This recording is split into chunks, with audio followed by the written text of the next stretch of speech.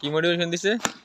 মোটিভেশনটা হচ্ছে মানে ইউসুফ যে ব্যাটিংটা করতেছে, ইউসুফকে বলতেছে যে আপনার কাছ থেকে সরকার অনেক কিছু চায়। হ্যাঁ সরকারের বিষয়টা এরকম চাচ্ছে যে আপনি ব্যাটিং ফোকাসে চলে আসেন। একটা ব্যাটসম্যানের মনোবল তখনই বাড়ে যখন একটা ব্যাটসম্যান 10 বল 15 বলে একটা ভালো গুড স্কোরিং করে, এটা চায়।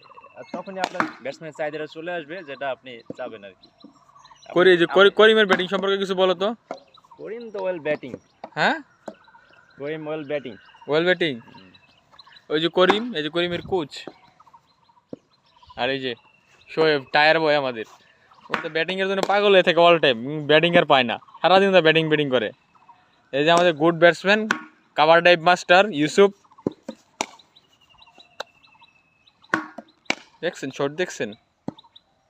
আমাদের শোয়েব কিন্তু খুব ভালো ব্যাটসম্যান, কালকে 1 বলে 0 করে আউট হয়েছে, বোল্ড আউট। আর নিজে 50 রান করছে। আমি তো 50 মারি কন্টিনিউ, এটা তো সমস্যা নাই। কালকে আমার সাথে